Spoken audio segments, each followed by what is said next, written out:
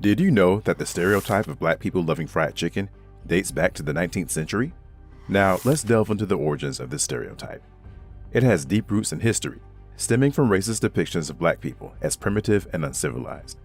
This stereotype has been reinforced through media and popular culture, further entrenching harmful beliefs and attitudes. But here's the kicker. These stereotypes have real-world consequences. They can lead to discriminatory practices in employment, housing, and healthcare, creating barriers for black individuals and communities to thrive and succeed.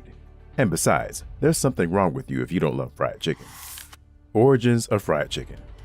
The association between fried chicken and black people in America is a complex topic, deeply rooted in historical, cultural, and social contexts.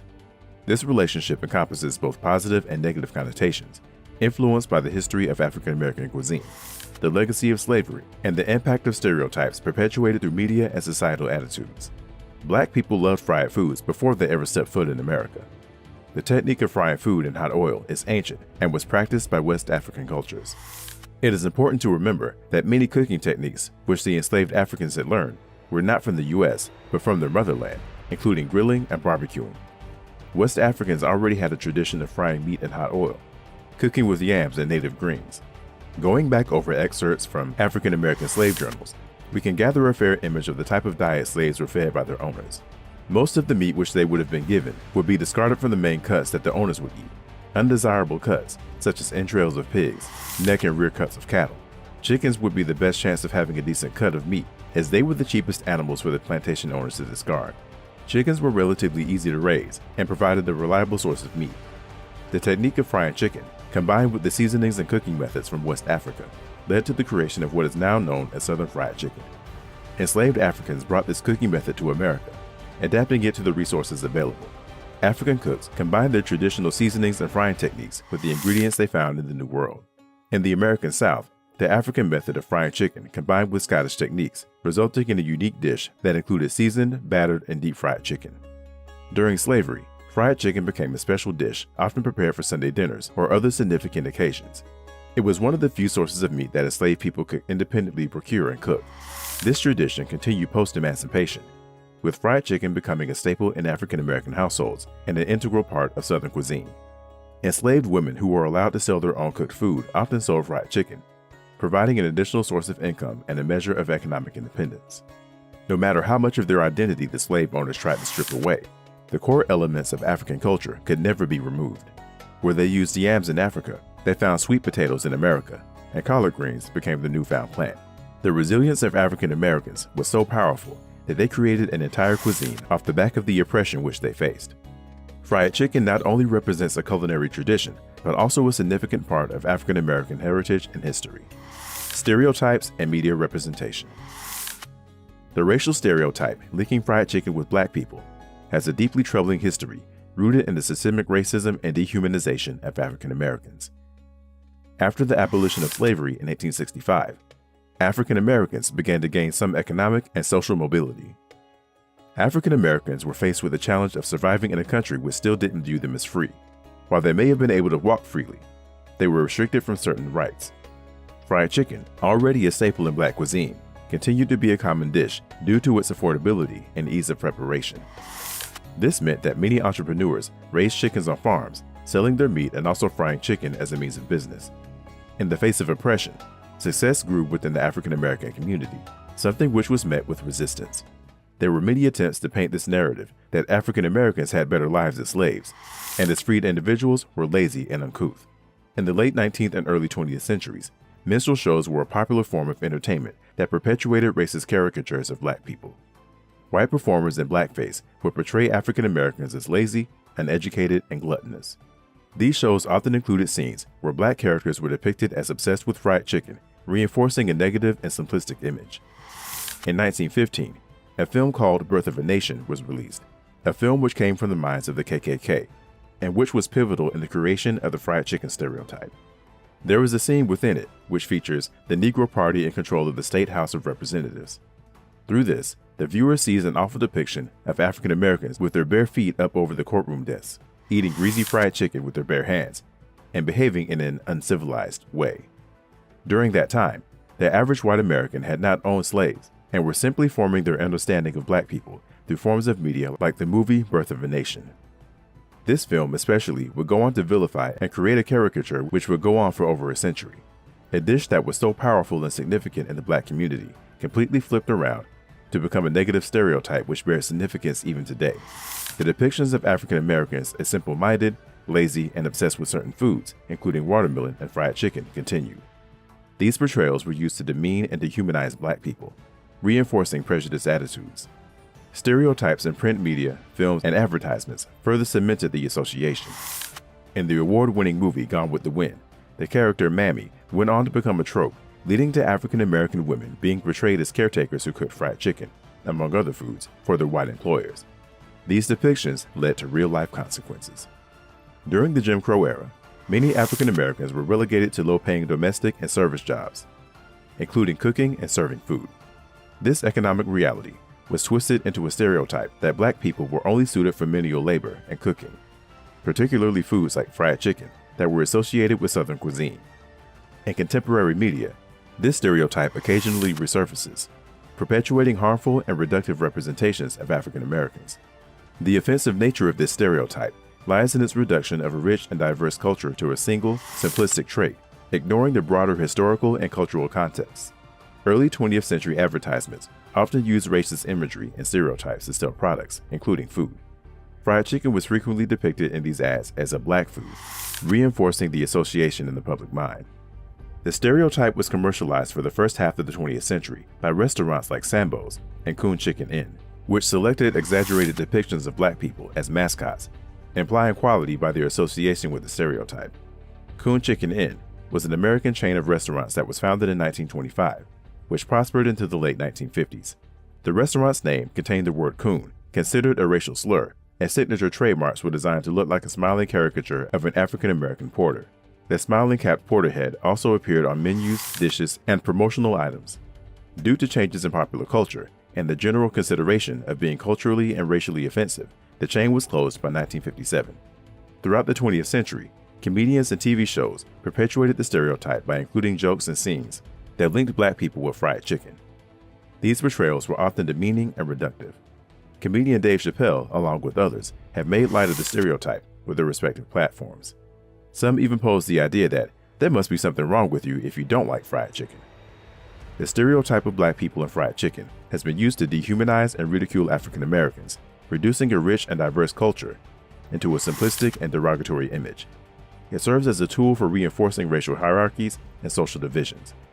While some African Americans internalize these stereotypes, many others have resisted and reclaimed their culinary traditions. By celebrating dishes like fried chicken within the context of soul food, they highlight the ingenuity and cultural significance behind the food, challenging the negative connotations. Cultural significance. In recent years, there has been a movement within the Black community to reclaim and celebrate fried chicken as part of their cultural heritage. Chefs and food historians emphasize the dish's roots in African culinary traditions and its significance to African American history.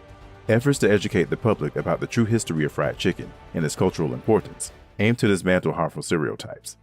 Documentaries, books, and culinary events focus on the rich history and contributions of African American cuisine to American culture. The stereotype associating fried chicken with Black people is a product of systemic racism and historical dehumanization. It has been perpetuated through media, economic exploitation, and social attitudes. However, through reclamation and education, there is a growing recognition of the deep cultural significance and historical resilience embodied in this beloved dish. Fried chicken showcases the creativity and resourcefulness of Black cooks who transform simple ingredients into a flavorful and beloved dish. It is an integral part of the soul food tradition, which represents the history, struggles, and triumphs of African Americans. Fried chicken holds a place of pride in African American culinary heritage. It represents resilience, resourcefulness, and the preservation of cultural identity through food. Soul food, of which fried chicken is a prominent component, embodies the ingenuity and spirit of African Americans who transformed limited resources into flavorful and nourishing meals. Family gatherings, church events, and community functions often feature fried chicken, highlighting its role in fostering social bonds and community cohesion. This cultural significance underscores the importance of fried chicken beyond mere sustenance, making it a symbol of heritage and togetherness. Despite being used in harmful racial stereotypes, many in the Black community have reclaimed fried chicken as a symbol of cultural pride and heritage. By celebrating the dish's rich history and cultural significance, Black chefs and food enthusiasts highlight its importance beyond negative connotations. Fried chicken is now widely recognized as a vital part of American cuisine, with its roots in African American culinary traditions receiving acknowledgement and respect. Fried chicken frequently appears in literature, music, and film as a symbol of Black culture and identity. Events celebrating fried chicken, such as food festivals and cooking competitions, emphasize its cultural importance and enduring popularity. Fried chicken is much more than a popular dish in Black culture. It embodies a rich history of adaptation, resilience, and creativity. Its role in family traditions, economic empowerment, and cultural pride highlights its profound significance, making it a powerful symbol of the African American experience. Reclamation and celebration. Today, many African Americans actively reclaim and celebrate their culinary traditions, including fried chicken, as an essential part of their cultural identity.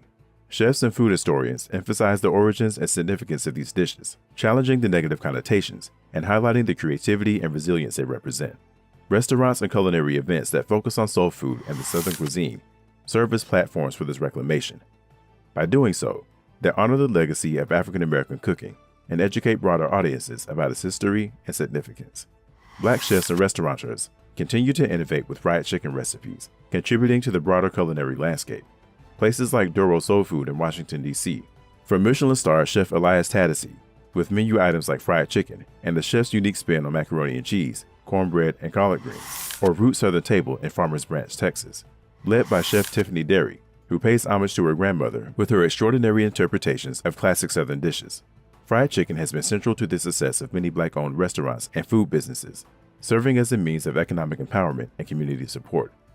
American cuisine and major restaurant chains, like Chick-fil-A and Popeyes, have adopted those recipes once condemned and ridiculed, aiming their advertising dollars directly at the Black community, recognizing what African Americans have always recognized, the magic of delicious fried chicken. Who doesn't love fried chicken? The relationship between fried chicken and Black people is multifaceted, shaped by history, culture, and societal attitudes. While it is rooted in a rich culinary tradition that symbolizes resilience and community, it has also been marred by racial stereotypes that seek to demean. Understanding this relationship requires acknowledging both positive and negative aspects, recognizing the broader historical and cultural context, and celebrating the contributions of African American cuisine to the American culinary landscape. It's vital to challenge and dismantle harmful stereotypes to promote understanding and equality. We must actively work toward creating a more inclusive and accepting society, where individuals are judged based on their character and actions, not harmful misconceptions. We encourage you to reflect on your own biases, educate yourself on the impact of stereotypes, and engage in conversations that challenge harmful narratives. Together, we can create a world where everyone is seen, respected, and valued for who they are, not for identity. February is known as Black History Month, but how can we fit that rich and diverse history into less than 30 days? It's almost criminal to limit the stories of some of the greatest inventors, innovators, intellectuals, rule breakers, and game changers to 1 month of focused learning. From the contributions of Africa to the effects of the diaspora and beyond, it is vital that the history of Black people be integrated into our lives beyond the shortest month of the year. Let's start with some of the usual Black history suspects: MLK, Malcolm, Jackie, and Rosa. We know these names and their impact on Black culture as leaders, pioneers, and trailblazers. It's truly difficult to quantify the influence of Martin Luther King Jr. His impact spreads across multiple intersections of race, humanity, and politics. But every February, we try to sum up his life with his famous "I Have a Dream" speech. But what about the boy from Troy, John Lewis, who was a towering figure in the American Civil Rights Movement? But his strength carried his beliefs with him into a long-term tenure as a U.S. Senator. Lewis was one of the original freedom fighters, challenging segregated interstate travel. His unwavering commitment to nonviolent resistance became a hallmark of his activism. Depending on where you live, the impact of Malcolm X is hardly even taught because of his radical approach of, by any means necessary, is still considered dangerous. So we definitely aren't talking about the impact of men like Stokely Carmichael. Later known as Kwame True, he was as radical as they come when it came to fighting for the equality of Black people all over the world. He started as a member of the Freedom Fighters along with John Lewis, influenced by Dr. King. However, he began to adopt the tone of Minister Malcolm, even becoming a target of the FBI as the next Black Messiah following Malcolm's death. Jackie Robinson is typically the go-to athlete discussed during Black History Month. His integration into Major League Baseball was monumental, but there were plenty of athletes that broke through before Mr. Robinson came along. What about boxer Jack Johnson, who became the first Black heavyweight champion in 1908? or John Baxter Taylor Jr., who became the first Black American to win a gold medal in the Olympics the same year. We bet you've never heard about Charles, the Black Cyclone Follis, who became the first professional American football player in 1902. Rosa Parks is usually only talked about in terms of being a tired lady who simply refused to give up her seat. But this well-trained and highly intelligent woman was not at all a weary traveler. The Black women of that era need their own curriculum. Rosa Parks' defiance on a Montgomery bus in 1955 is celebrated as a courageous act that sparked the Civil Rights Movement. However, the historical context of her resistance and the actions of other Black women who challenged segregation are often overlooked or overshadowed. Prior to Parks' arrest in 1955, other Black women, including Claudette Colvin and Mary Louise Smith, had also challenged segregation on Montgomery buses by refusing to comply with discriminatory seating policies. Pauli Murray worked closely with the movement leaders, but frequently criticized them for the way they sidelined women in the movement. In 1965, Murray became the first African-American individual to receive a JSD from Yale Law School. During that time, she coined the phrase Jane Crow to describe the discrimination she received not only for being Black, but also for being a woman who dared to strive as a lawyer. One of the most powerful and passionate voices of that time came from Fannie Lou Hamer. Hamer coined the term Mississippi appendectomy to describe the harmful medical practice of forced sterilizations of poor Black women deemed unfit to reproduce. She herself was a victim of this malpractice when she went into surgery to remove a tumor, but in turn was sterilized. Ms. Hamer still went on to lead efforts in voters' rights and economic improvement for Black people. But the way Black History Month typically highlights the Civil Rights era, you'd think that we started with slavery and then started marching. But there was so much in between and before. Rarely taught and explored is the affluence of Black towns that thrived and displayed Black independence, affluence, and ability to build together. Maybe you've heard about Black Wall Street in Tulsa, Oklahoma, that showcased Black excellence. But have you ever heard about Allensworth? In 1910, a born slave and former colonel, Allen Allensworth, founded a utopian community for African Americans looking to escape the ills of racism and segregation. Located 2 hours north of Los Angeles, Allensworth became a place where Black Americans could truly control their own destiny. There was established California's first African American school district. Allensworth also had its own courthouse, hotel, and library. What about Seneca Village in New York City? Seneca Village was founded in 1825 by free Black Americans. At its peak, Seneca Village was a bustling community of middle-class Blacks and working-class Irishmen. 3 churches, 2 schools, 2 cemeteries, and almost 400 people. At the time, it was one of the only places African Americans could buy land and exist free of harassment and discrimination. Seneca Village was seized by the state of New York. Today, that once thriving community is covered by one of the most famous landmarks in the world, Central Park. How many students are being taught about the history of Overtown in Miami? What about the once thriving community of Rosewood, Florida? We all know about the attempted coup of January 6, 2021. But do you know about the only successful coup that happened in November 10, 1898, and that it was a direct response to Black affluence? Almost 30 years after the end of the Civil War, that puts whites and Blacks on the front lines against each other.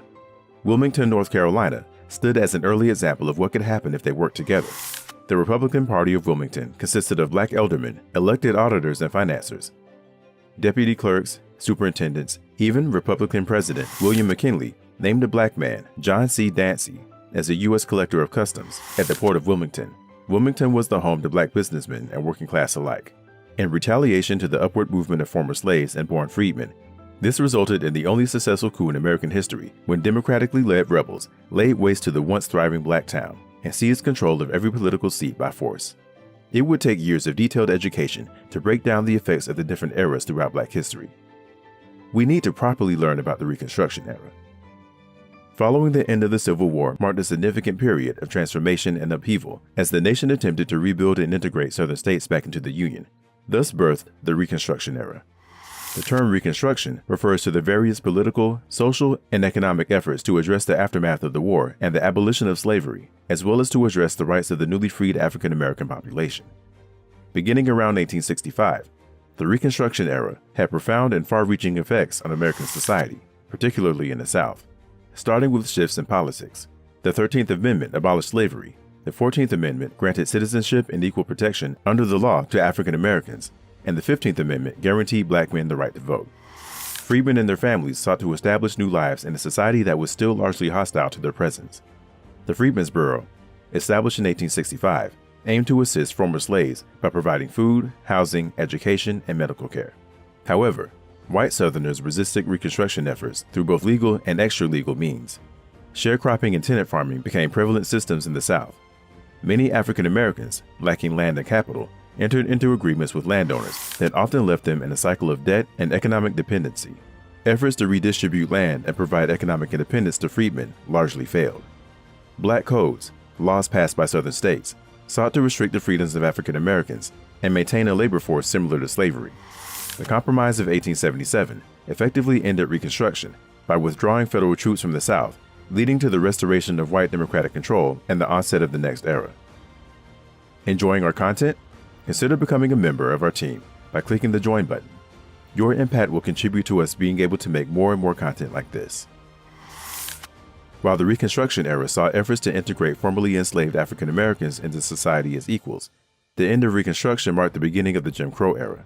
The Jim Crow era refers to a period of racial segregation and disenfranchisement in the United States, primarily in the Southern states, from the late 19th century into the mid-20th century.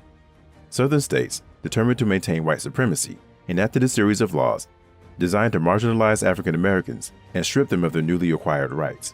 These laws and mandated racial segregation in public facilities and services were upheld by the 1896 Supreme Court decision, Plessy v. Ferguson, which established the separate but equal doctrine. During the Jim Crow era, African Americans faced systemic discrimination and violence. Segregation laws affected nearly every aspect of daily life, including education, employment, housing, transportation, and public accommodations.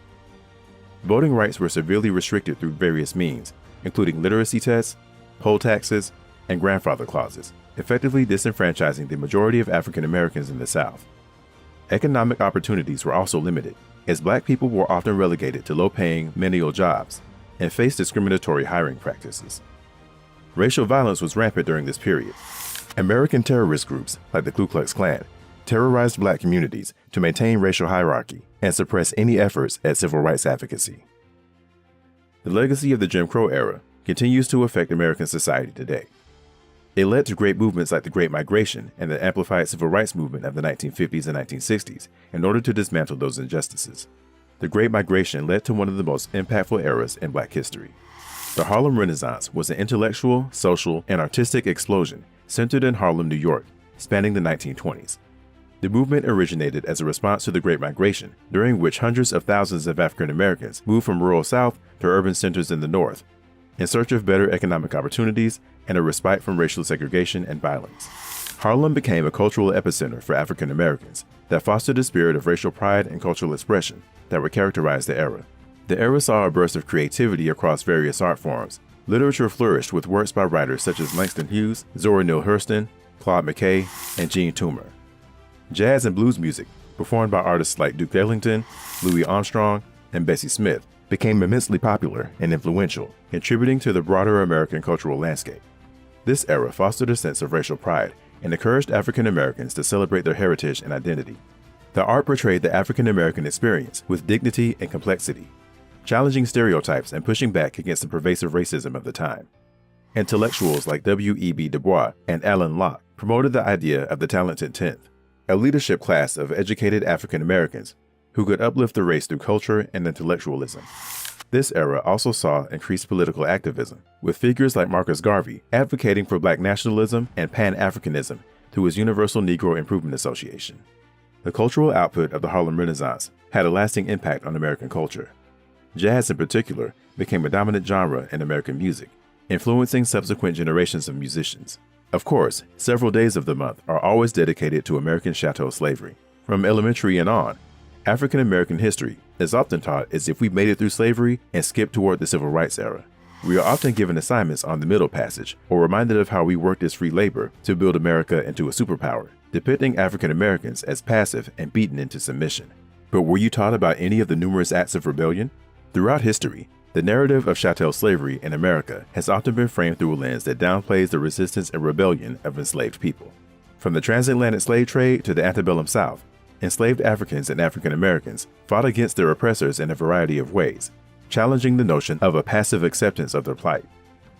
Contrary to popular belief, the reality is that slaves did indeed rebel against their enslavement, often in daring and courageous ways.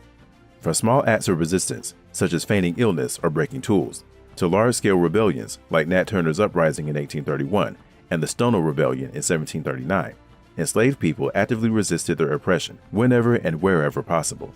Of course, Harriet Tubman deserves her own month just to truly deep dive on her impact. But how much do you know about Sojourner Truth? Sojourner Truth was more than a former slave.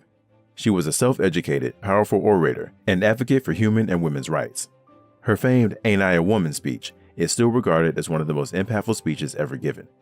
But did you also know, in 1828, that she was the first black woman to win a lawsuit in the United States? Upon learning that her 5-year-old son had been sold by his New York owner to an Alabama slaveholder, Sojourner filed suit on the grounds that the sale of her son to a slave state violated the provisions of New York's emancipation law. Not only did she win and regain custody of her son, but the judge waived all of her court fees. What about those who rose from the ashes of dehumanization? Madam C.J. Walker was born into the first generation post-slavery. She went on from an uneducated laundress to the first Black American millionaire. Her entrepreneurial journey began in the early 20th century when she developed a long line of hair care products specifically designed for African American women. Mrs. Walker built a thriving business empire that encompassed beauty salons, manufacturing facilities, and a robust network of sales agents. Her dedication to providing quality products and empowering other women to achieve financial independence revolutionized the beauty industry and laid the foundation for future generations of African American entrepreneurs. Benjamin Banneker, who was the result of a marriage between a slave owner and a slave, a pioneering genius whose specialized knowledge in astronomy and mathematics led him to being a prominent figure in the construction of the nation's capital, Washington, D.C. How about the 2 illiterate former slaves that started and founded a historically Black university? In 1862, ex-slaves James Tate and Grandison B. Daniels established the first school in Atlanta for African American children. This school was originally located in an old church building. Along with 25 other former slaves, they began holding classes in the old church. After a few years, the school officially became Atlanta University in 1865 and was chartered with the assistance of the Freedmen's Bureau in 1867. Today, that HBCU is known as Clark Atlanta University. Still here? Make sure you hit those subscribe, like, and share buttons. It is often presented like all Black people during the early days of America were enslaved or that they were unskilled and alone. That's far from true. Evidence shows that Africans made landfall 180 years before Christopher Columbus made claims to finding America. Historians believe Mansa Abubakar II, king of the ancient kingdom of Mali in West Africa, may have led an exploration that made landfall in America. In 1311, he sent some of his men with enough provisions to last them years on 200 ships to explore the limits of the ocean until they find what is behind the Atlantic Ocean. The ships never returned. However, Christopher Columbus reported in his journal that the Native Americans confirmed black-skinned people had come from the southeast in boats, trading in gold-tipped spears. The Native Americans described the spearheads as guanin, which means gold in the Mandinka language, a language of the Mali Empire. Columbus also reported seeing mosque-like buildings when he arrived in America. In fact, the people from the Kingdom of Mali were Muslims, so they may have built mosques while here. African skeletons were discovered in America, and studies show that the skeletons are from the 13th century and most likely related to Mansa Abubakar's voyage. Now, if you want to only subscribe to the notion Africans only came from America via slave ships, the unspoken relationship with Native Americans are very well documented. The relationship between African Americans and Native Americans was shaped and shared by experiences of oppression, displacement, and resistance under European colonial powers, and later the United States government. Early encounters came because Africans and Native Americans lived in close proximity, particularly in the Southeast. This led to formed alliances, intermarriages, and shared cultural practices. Throughout the 17th and 18th centuries, intermarriage between African Americans and Native Americans was relatively common. This led to the creation of mixed-race communities. These communities often provided refuge and support to many runaway slaves, creating a blending of cultures and traditions. Tribes like the Black Seminoles, Brass Knuckles, and the Shinnecock are all tribes that intermingled Native Americans with the formerly enslaved or free men. These formed alliances also showed up during battle. For example, during the Seminole Wars in Florida, the Seminole tribe included many African Americans, both runaway slaves and freedmen. These Black Seminoles fought alongside the Seminole Indians against U.S. forces. Another skill that came from these cultures mingling was how to till American soil, thus resulting in Black ranchers and cowboys. The history of Black ranchers and cowboys in America dates back to the early 19th century, although their roots can be traced to even earlier periods. Native American cattle handlers taught African Americans the cowboy way of life. Others learned the cowboy way of life from Mexican or Spanish cowboys. Historians estimate that 20 to 25% of cowboys in the American West were African American. Over time, black cowboys played a crucial role in the cattle drives that moved large herds from Texas to railheads in Kansas. Estimates suggest that about 1 in 4 cowboys was African American. They performed all the tasks associated with cowboy life, from rounding up cattle to branding and driving them over long distances. Black cowboys were known for their exceptional skills in horsemanship, cattle herding, and roping. Their expertise was crucial in managing the vast herds and dealing with the challenges of life on the trail, including hostile environments, weather conditions, and the threat of rustlers. Despite their significant contributions, black cowboys often faced racial discrimination, but in the meritocratic environment of ranchers, where skills and reliability were valued above all, it allowed black cowboys to earn respect and status among their peers. Famed cowboys like Bill Pickett, for instance, became famous for inventing the technique of bulldogging or steer wrestling. Nat Deanwood Dick Love wrote an autobiography detailing his life as a cowboy, providing valuable insights into the experiences of black cowboys during this era. To this day, the idea of a black cowboy seems radical, but is nothing but a return to our historical roots in America. So how are we supposed to fit all of this into 1 month of learning? We haven't discussed the titans of industry, the great inventors and innovators, people like George Washington Carver, Garrett Morgan, and Jerry Lawson. 29 days in a leap year to learn about the contributions of Fred Hampton and the Rainbow Coalition, or Huey P. Newton and the Black Panther Party. Most schools teach Shakespeare, but where are the classes that focus on the works of James Baldwin or August Wilson? The importance of black history being taught all year round is not only because we have an extensive past, but because black people are still making history every day. In politics, you have the Obamas and Ketanji Brown Jackson to learn about. Future businessmen and women will need to learn the works of Robert S. Smith and David Stewart. They will teach about the black innovators in tech like Marquez Brown Lee and Idris Sandu. We need more than a month to talk about redlining, the war on drugs, the 1994 crime bill, and the countless encounters that led to the Black Lives Matter movement. Black history is American history. It is imperative to put the history of our culture into everyday conversations and education. Our history did not start at slave ships or the slave ports of St. Augustine and off the coast of South Carolina.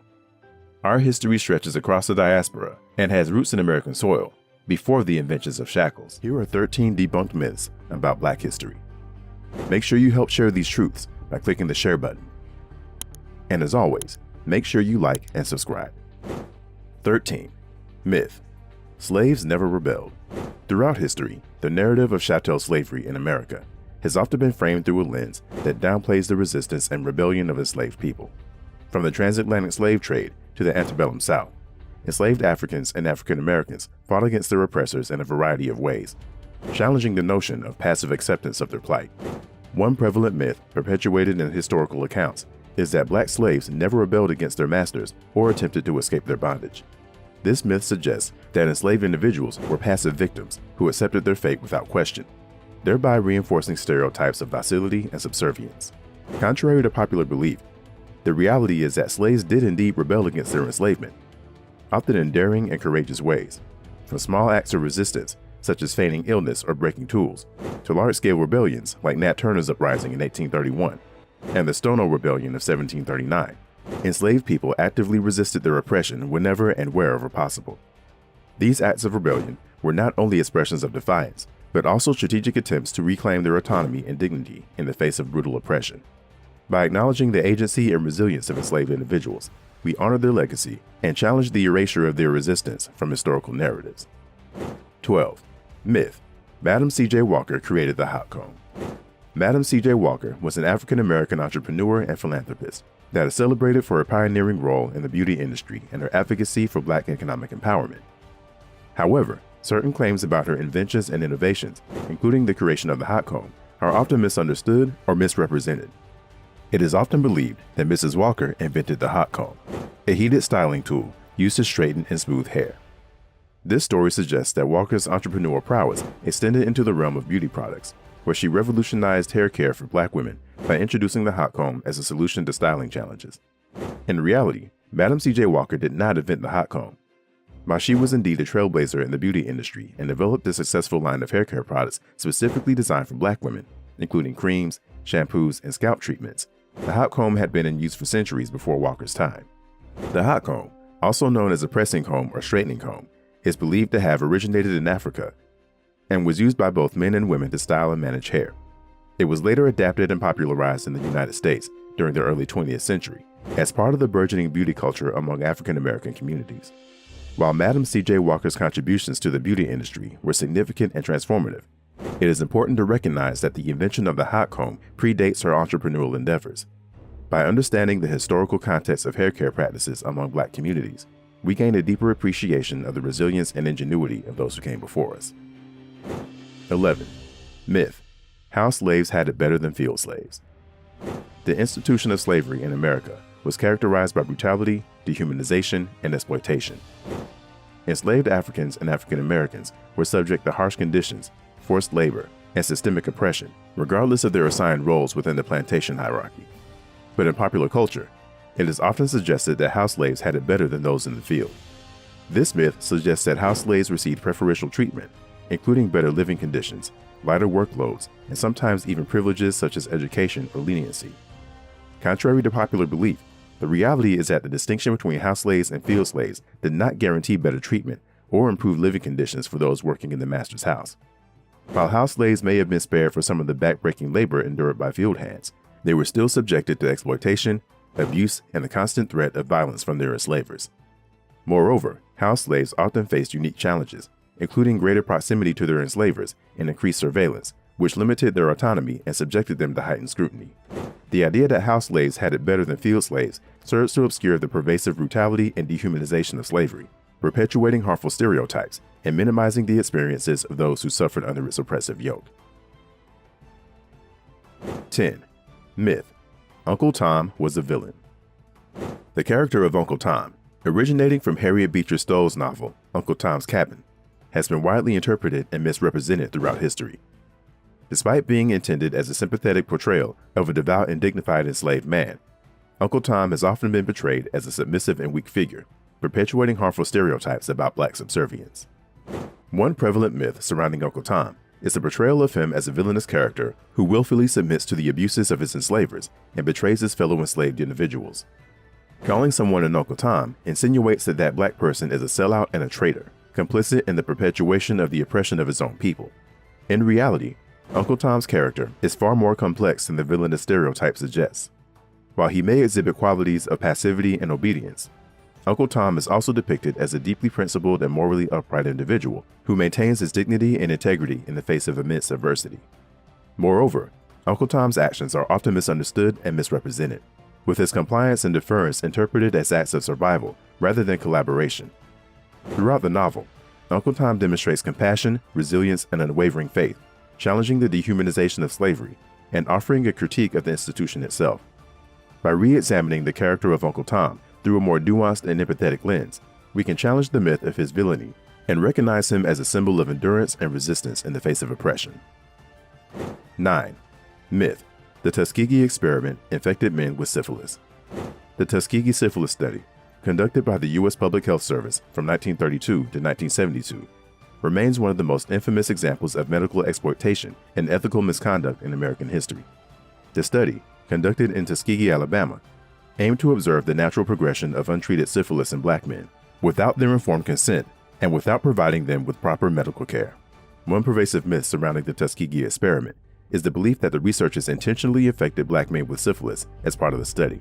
This myth suggests that the participants were deliberately exposed to the disease without their knowledge or consent, leading to widespread suffering and harm. In reality, the Tuskegee syphilis study did not involve intentionally infecting participants with syphilis. Instead, it focused on observing the progression of the disease in untreated individuals who already had syphilis at the time of the enrollment. While the study's methods were deeply unethical and morally reprehensible, the participants were not deliberately infected with syphilis as part of the research protocol. However, it is important to acknowledge that the researchers withheld treatment from the participants, even after penicillin became widely available as a cure for syphilis in the 1940s. This decision resulted in unnecessary suffering and death for many of the participants, highlighting the egregious violations of medical ethics and human rights perpetuated by the study. By dispelling the myth that the Tuskegee experiment gave Black men syphilis, we can better understand the true nature of this dark chapter in American history and work to ensure that such injustices are never repeated.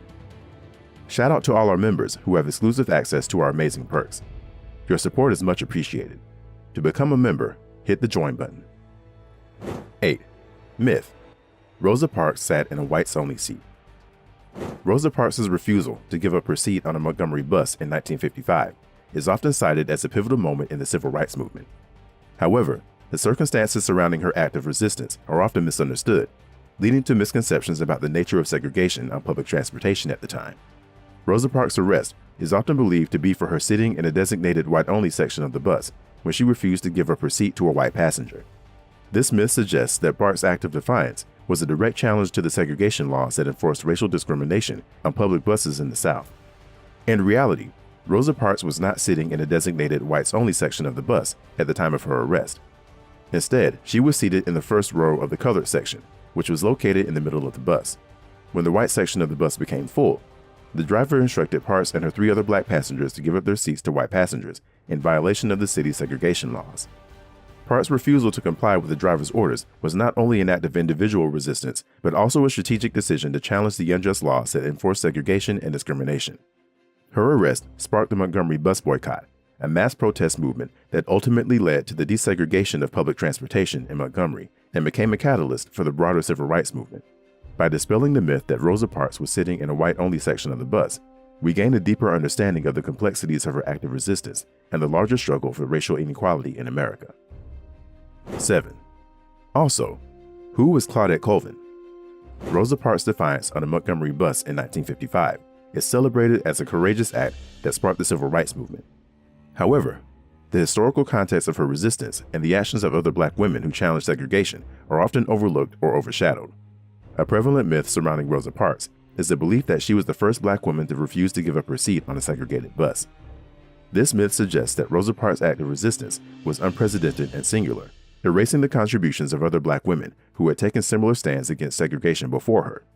In reality, Rosa Parks was not the first black woman to refuse to give up her seat on a segregated bus. Prior to Parks' arrest in 1955, other black women, including Claudette Colvin and Mary Louise Smith, had also challenged segregation on Montgomery buses by refusing to comply with discriminatory seating policies. However, Parks' arrest served as a catalyst for the Montgomery bus boycott, a mass protest movement that galvanized the black community and led to the eventual desegregation of public transportation in Montgomery. While Parks' act of resistance was significant, it was part of a larger tradition of resistance and defiance against racial injustice. By acknowledging the contributions of other black women who fought against segregation, we honor their courage and resilience in the face of oppression and recognize the collective effort that drove the civil rights movement forward. 6. Myth. I could have freed 1,000 more if they knew they were slaves. Harriet Tubman, renowned for her role as a conductor on the Underground Railroad, is often celebrated for her bravery and tenacity in leading enslaved individuals to freedom. However, the context and authenticity of certain quotes attributed to her, including the famous statement about freeing more slaves, are sometimes misunderstood or misrepresented. One widely circulated quote attributed to Harriet Tubman is the assertion, "I could have freed 1,000 more if they knew they were slaves." This quote suggests that Tubman believed many enslaved individuals were unaware of the true nature of their bondage and lacked the awareness or courage to seek their own liberation. In reality, there is no definitive evidence that Harriet Tubman ever uttered the phrase, "I could have freed 1,000 more if they knew they were slaves." While the sentiment expressed in the quote aligns with Tubman's advocacy for self-awareness and empowerment among enslaved individuals, its origins are uncertain, and its attribution to Tubman is disputed by historians. Tubman's own words and actions reflect her belief in the inherent dignity and humanity of enslaved people, as well as her commitment to assisting them in their quest for freedom. Rather than viewing enslaved individuals as passive victims, Tubman recognized their agency and resilience, and she actively worked to empower them to seize control of their own destinies. By critically examining the context and authenticity of quotes attributed to Harriet Tubman, we gain a deeper understanding of her legacy and the principles that guided her remarkable life of activism and advocacy. 5. Myth. Malcolm X didn't like Martin Luther King Jr.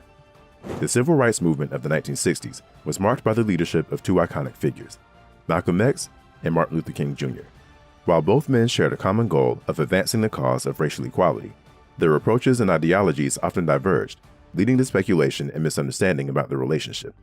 It is often believed that Malcolm X harbored animosity or dislike towards Martin Luther King Jr.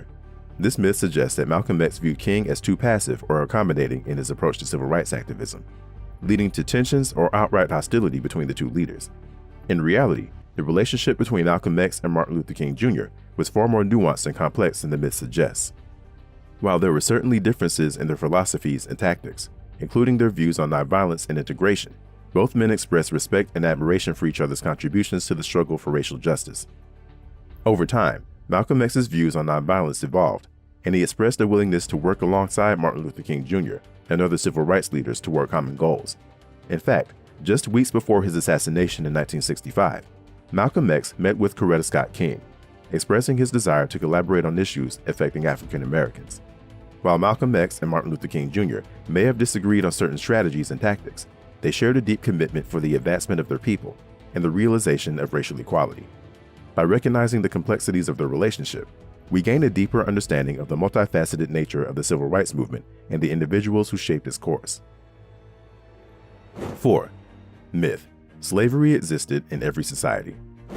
The history of slavery in America is a deeply troubling chapter in the nation's past, characterized by centuries of brutality, exploitation, and systemic oppression.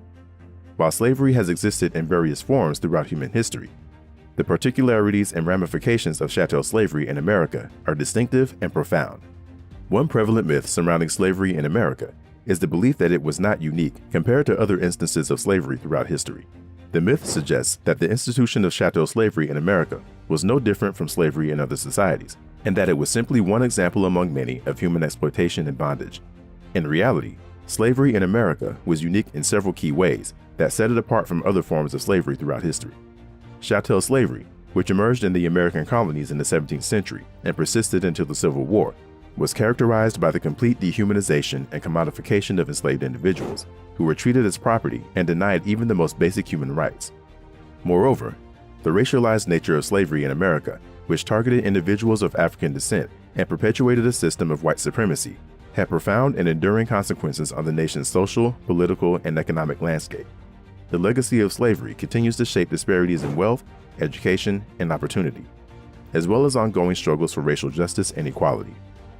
While it is true that slavery has existed in various forms throughout history, it is important to recognize the unique and enduring impact of chattel slavery in America. By acknowledging the distinctiveness of slavery in America, we gain a deeper understanding of its historical significance and the ongoing challenges of confronting its legacy in contemporary society. 3. Myth: Martin Luther King Jr. started the civil rights movement. Martin Luther King Jr. is often credited with initiating and spearheading the struggle for racial equality in America. However, the origins and evolution of the civil rights movement are complex and multifaceted, involving the contributions of numerous individuals and grassroots organizations over time. The myth suggests that King's leadership and activism were the driving force behind the movement, and that his iconic role in events such as the Montgomery bus boycott and the March on Washington overshadowed the contributions of other activists and leaders. In reality, the civil rights movement predates Martin Luther King Jr.'s emergence as a national leader and extends far beyond his individual efforts.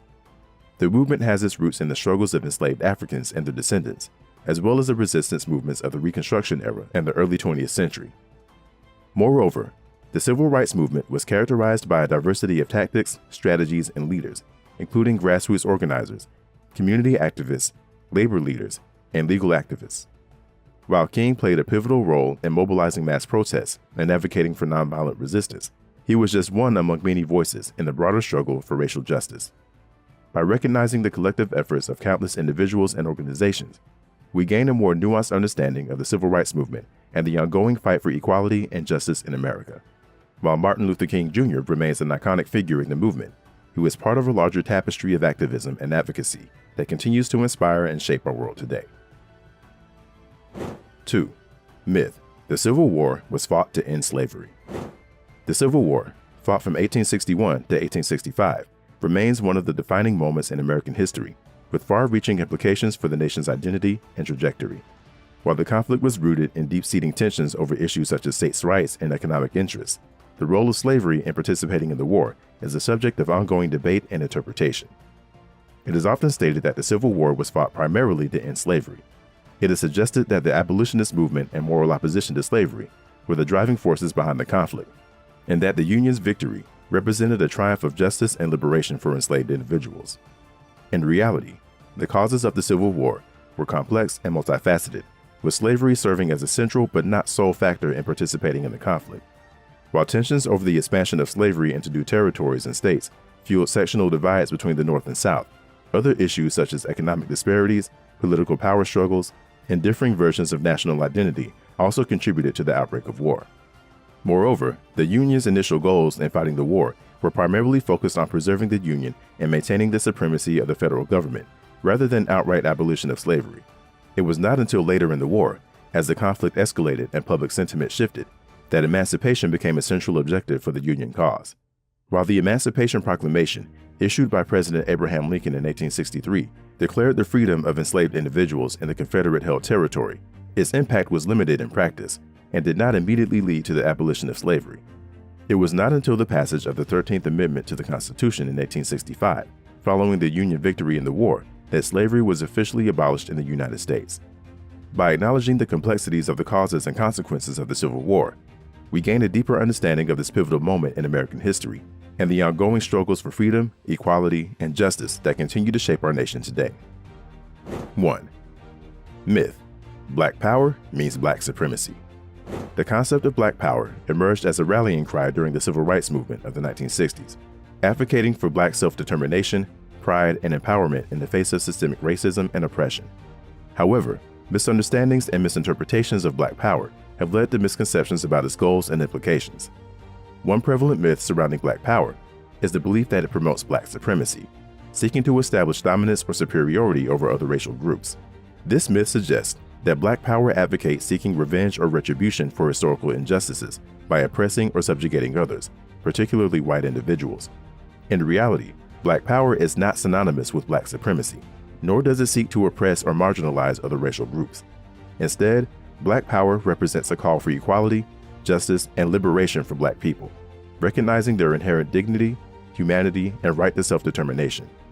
At its core, black power seeks to challenge and dismantle the structures of white supremacy that have historically marginalized and disenfranchised black communities, advocating for social, political, and economic empowerment as a means of achieving racial equality and liberation. Moreover, black power emphasizes solidarity and coalition building among marginalized communities, recognizing the interconnectedness of struggles against various forms of oppression, including racism, classism, and imperialism.